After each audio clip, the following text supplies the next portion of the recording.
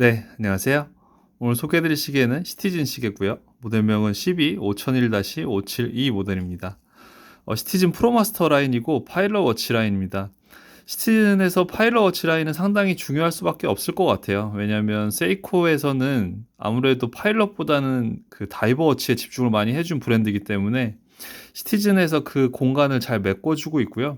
그래서 뭐 스카이호크라든가 프로마스터에서 그 파일럿 워치 라인업을 잘 형성을 해주고 있기 때문에 매니아층도 상당하고요. 인지도도 상당히 높습니다. 그리고 아무래도 전체적인 완성도나 마감이 뛰어나기 때문에 더 그런 것 같거든요. 그래서 시티즌 다이버 워치 같은 경우는 물론 잘 만들어 주긴 하지만 세이코에는 조금 밀리는 것 같고요. 그리고 파일럿 워치 같은 경우는 세이코보다는 시티즌에서 더 인지도가 있는 것 같습니다.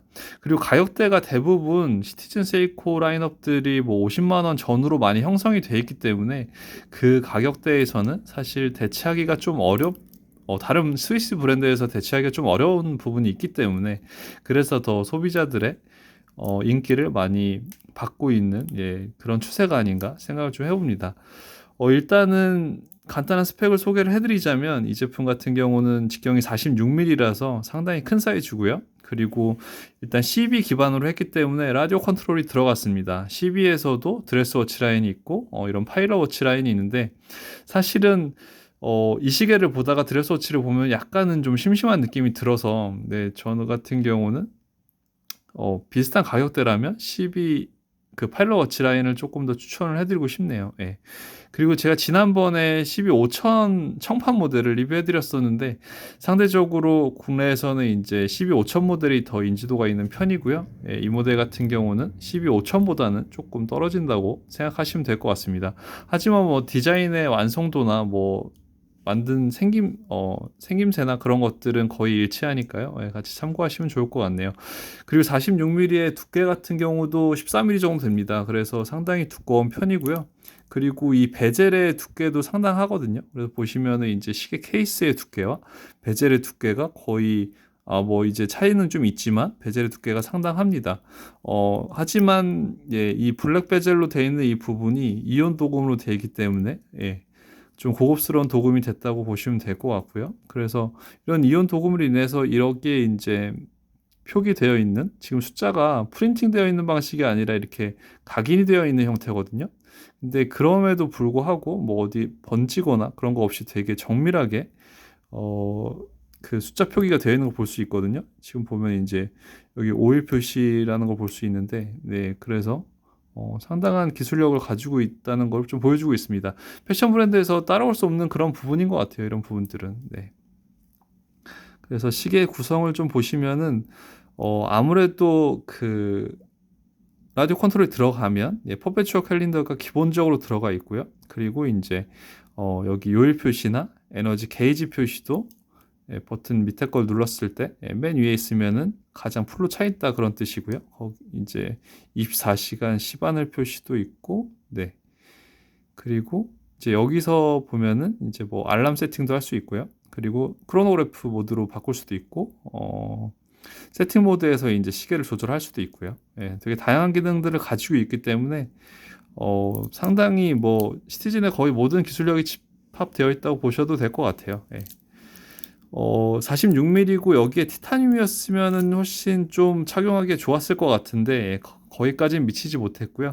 스테인리스 스틸이다 보니까 무게감은 좀 상당한 편입니다. 그래서 한 177g 정도 되고요. 그래도 뭐 명품 시계들, 오토매틱 시계들도 200g 넘는 시계들이 많기 때문에 거기에 대해서는 크게 문제는 없을 것 같고 방수가 20기압인데 용두는 그냥 빼는 타입입니다. 그렇기 때문에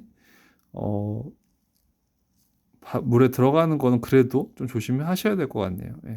용도를 두 칸 빼서 지금 이쪽 초바늘을 도쿄로 맞춰주면 지금 현재 시간으로 시간 이동하는 거 볼 수 있고요. 세계 어느 나라 가든지 도시 세팅만 해주면 그 나라 시간으로 바로바로 잡아주기 때문에 굉장히 편리한 그런 기능이죠. 브레이슬릿 같은 경우도 괜찮은 편인데 이쪽에 단점이 있다면 약간의 유격은 있네요. 뭐 이 정도는 그냥 허용해 줄 수 있는 그런 수준인 것 같긴 하지만 그래도 조금 아쉬운 부분이고요. 그리고 러그보다 이 밑에 링크가 조금 더 두꺼운 타입입니다. 이런 타입 간혹가다 써주긴 하는데 아무래도 이제 시계를 좀 더 묵직하게 보여주는 그런 효과가 있습니다. 이쪽 첫 번째 링크가 두껍기 때문에요. 그러면서 이제 조금 좁아지는 타입인데 이런 것도 보통 일자로 빼주는 게 상당히 생산에는 편한데 이쪽만 좀 두껍게 만들어 주는 게 공정이 어쨌든 좀 더 들어가야 되잖아요. 근데 이런 디테일도 잘 살려주고 있고요. 이 버클 같은 형태도 파일럿 워치답게 이중으로 되어 있습니다. 버클도 좀 두꺼운 소재를 써줬고요. 조금 아쉬운 점이 있다면 이런 부분들도 좀 더 두꺼운 소재를 써줬으면 어땠을까 그런 생각이 드네요. 기본적으로 사파이어 글라스이기 때문에 스크래치는 매우 강한 편입니다. 46mm이기 때문에 저는 이제 손목이 17.5라 좀 얇은 편이라 저한테는 어쩔 수 없이 큰 사이즈고요. 하지만 이 시계를 차면서 이제 그 파일럿 워치가 작으면 사실 그것도 좀 안 어울릴 것 같거든요. 네.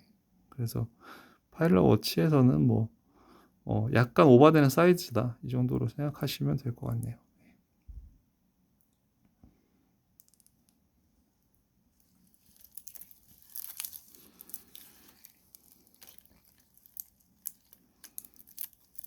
그래서 시티즌 같은 경우는 이런 스포츠워치들에서 블루랑 그 옐로우 컬러를 많이 조합해주는 블루 엔젤 그런 모델도 인기가 많은 편이고요. 거기에 미치지는 못하지만 이 제품 같은 경우는 이제 블랙 레드를 써줬는데 이런 라인들도 되게 많습니다. 뭐 AT9037 그 시그널에 나왔던 그 시계도 그렇고요. 그래서 블랙과 레드의 조합이 상당히 괜찮은 시계고요. 그리고 군데군데 써준 것도 이쪽 일요일 부분만 지금 이제 토요일과 일요일이 약간 구분되게끔 해준 거거든요. 그래서 일요일 부분만 빨간색으로 표시해 준 걸 볼 수 있습니다. 다이버워치가 아니기 때문에 베젤 같은 경우는 양방향으로 돌아가는 걸 볼 수 있고요. 뭐 부드러운 타입은 아니고 약간은 좀 뻑뻑한 그런 느낌이 드네요. 그리고 이쪽 에코 드라이브 표시되어 있고 프로마스터 로고가 되어 있는데 프로마스터 로고는 참 잘 만든 것 같아요.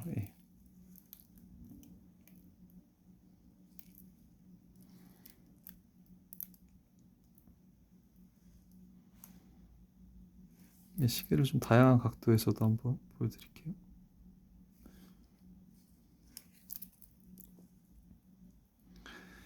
그리고 시계 보통 용두를 잡기 좀 힘든 시계들이 있는데 이렇게 문양이 들어간 용두는 참 잡기도 편하고 빼기도 편하거든요. 여기에다 이제 스크류 타입을 해줬으면은 좀 좋았을 것 같은데 어쨌든 오토매틱 시계가 아니기 때문에 사실 세팅만 잘해두면 용도를 뺄 일이 없거든요. 근데 스크류 타입으로 해서 방수에 좀 더 안전하게 해줬으면 좋았을 것 같은데 그 부분도 조금은 아쉬움으로 남습니다. 네, 이렇게 해서 오늘은 125000 라인 리뷰를 해드렸고요. 다음번에 또 더 다양한 시계들로 찾아뵙도록 하겠습니다. 감사합니다.